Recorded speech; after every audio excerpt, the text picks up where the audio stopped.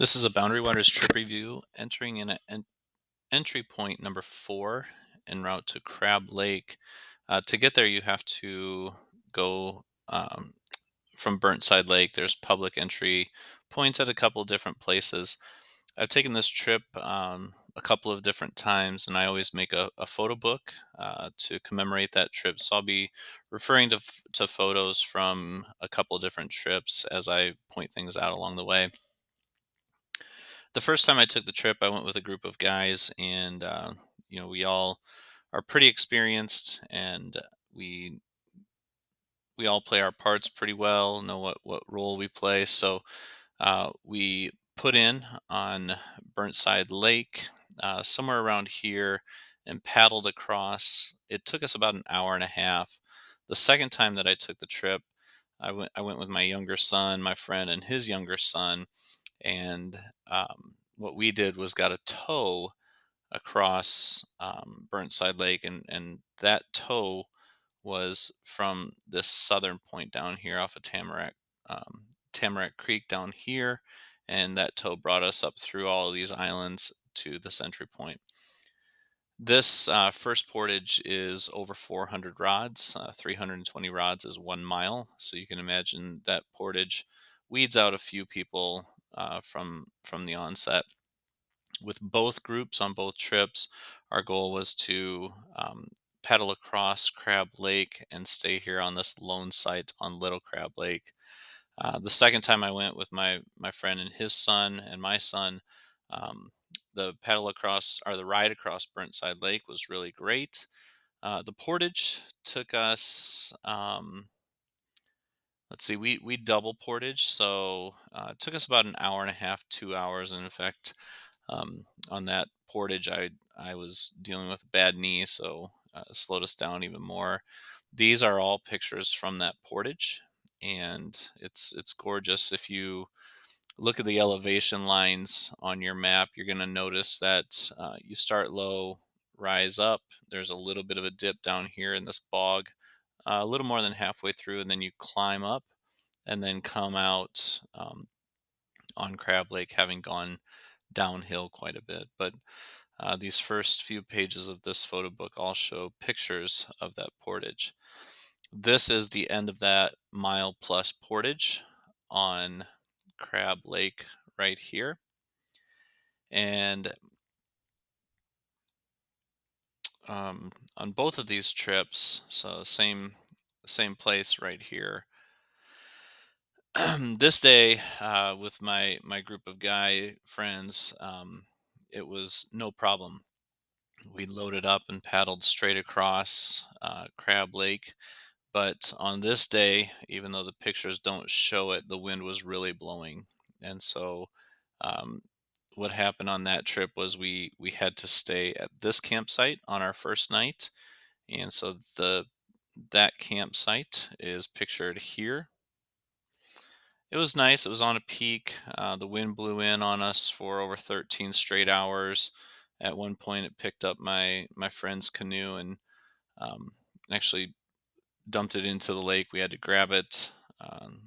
As the evening came on and the wind died down, we were able to cook a meal over an open fire, although very carefully. And yeah, I mean, it was still great. Sunset on an open point like that, as you are facing west, of course, is gorgeous. So that was the bonus. With my bigger group of guy friends, we did get to that campsite here on Little Crab Lake, and it's well wooded and gives you these pictures kind of give you a sense. So we have a couple guys who stay in hammocks. We always use Nemo bug out tents. Here's kind of a panoramic of that site, and there's a couple good tent pads up here. Um, so beautiful site. From Little Crab, you can take Korb River, and I'll show you this first. But we crossed Korb Lake and then entered Cummings Lake here. So that's what this is showing us. Day 2, we got up, um, hit that Korb River, paddled across Korb Lake. And then let's see here. I'm sorry, that was a different day. So that day we went from let me back up here. We went from Little Crab down to Lunetta Lake. That's what these pictures are showing.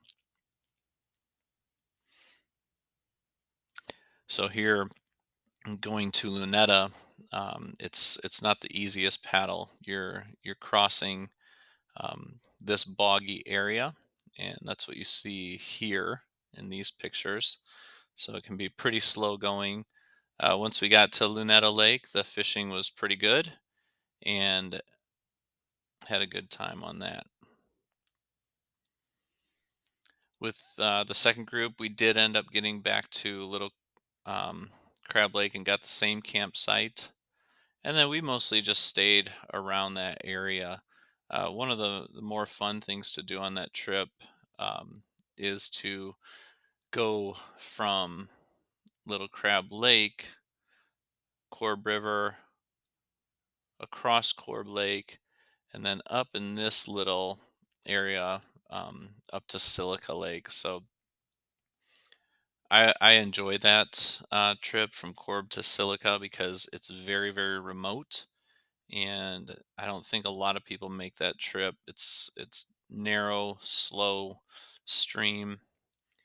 You got to cross some couple dams, cross some rocks, but once you get to Silica Lake, it's just wide open. We had this is Silica Lake right here. So we did some fishing and brought our cooking gear with us. This is a campsite on Silica Lake right here, and we were able to catch enough to enjoy a fish taco meal that we cooked on Silica Lake before heading back to our base camp. Back to this trip. Um, Let me see if I can get where I'm at here. Apologize. Okay, this was the day that we went across Korb Lake and then onto Cummings. So let me back up here. Paddling across Korb, we stopped, we fished, got some nice hits of northerns using some pink um, uh, jigs with pink plastics. This little fishing spot was kind of fun, and that is when you cross Korb and come out to here. It was right in here, this little rock ledge. We stopped for lunch and fished for a while. Um, yeah, excuse a couple pictures here coming up, but had our lunch on this one and enjoyed uh, just a bit of fun. Then headed back to our base camp um, after fishing Cummings. We just did this little loop and came back all the way to Little Crab. So that was a good day trip to get all the way around there. Fishing was so good, we decided to go back to um, Cummings, but on this time, instead of going all the way around, we hit Korb Lake and took this portage, which I'll show you on this map. So the next day we hit the Korb River, and again, instead of going this way around, we took this portage, 70 some rods, and we just fished this area pretty much the whole day. Grabbed a campsite here at lunch, cleaned some fish, and came back. Again, we quit counting as a group. We caught over 100 fish, bass that day, um, but mostly threw them back. You can see here my friend got a decent sized northern, which we always plan one taco night. Otherwise, we're catch and release. Cleaned that one up and brought it back. Back in the Nemo tent on Little Crab Lake, had a little bit of a rainstorm, which we survived. You can see here, I just always do a little bit of fish count. So that day, one guy was 25 plus fish, 10 plus, 25 plus, 25, 30 plus, 10 plus. So just really had a lot of nonstop action of smallmouth bass just in this area.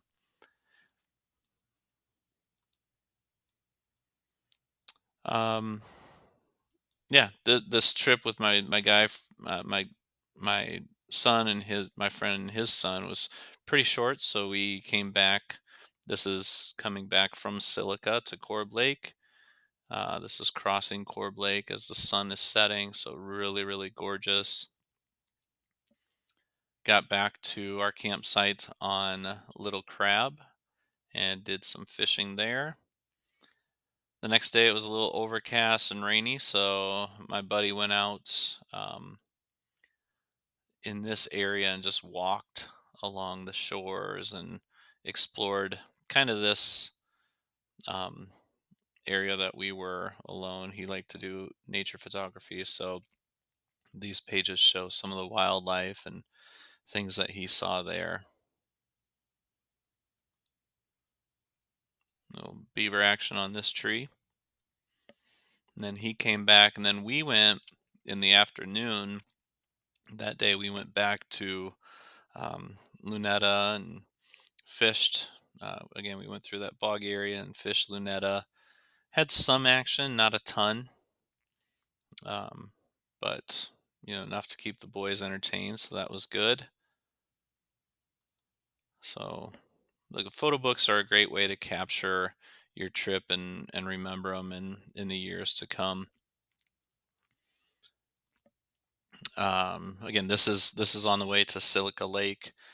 This group, um, once we got to Silica, this is pictures of Silica. We not only fished Silica after going this very remote area, but we went through and fished quite a while on Coxey Pond.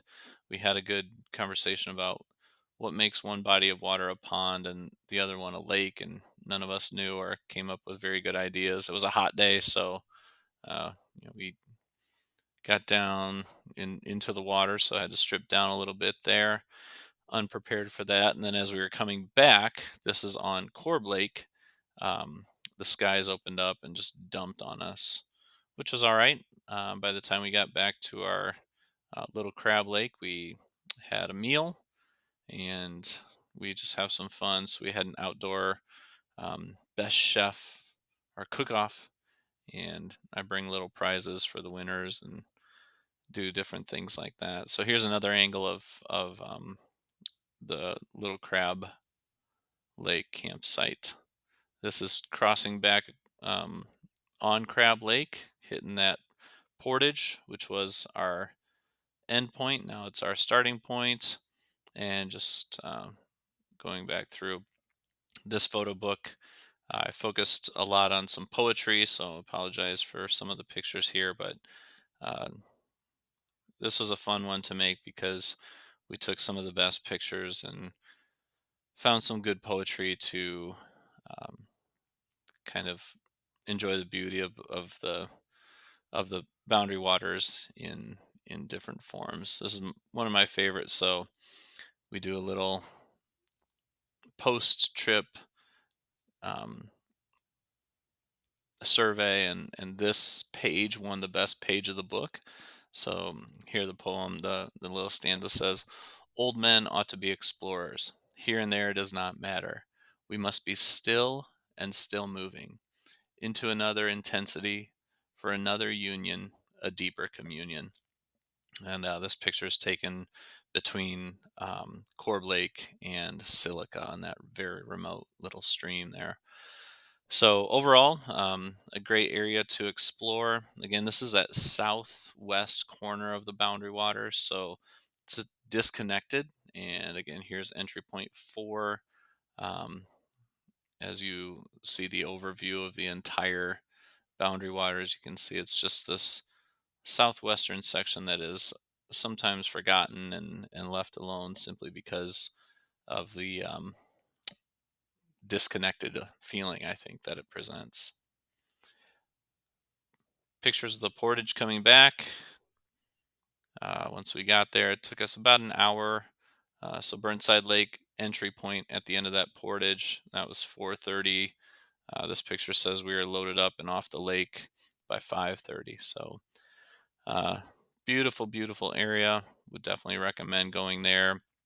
Cummings Lake seems to be pretty popular, and You might run into some people, but overall, not overly crowded because of that initial 400 plus rod portage. Which, again, if you're not able to carry your canoe over a mile, this is not the route for you.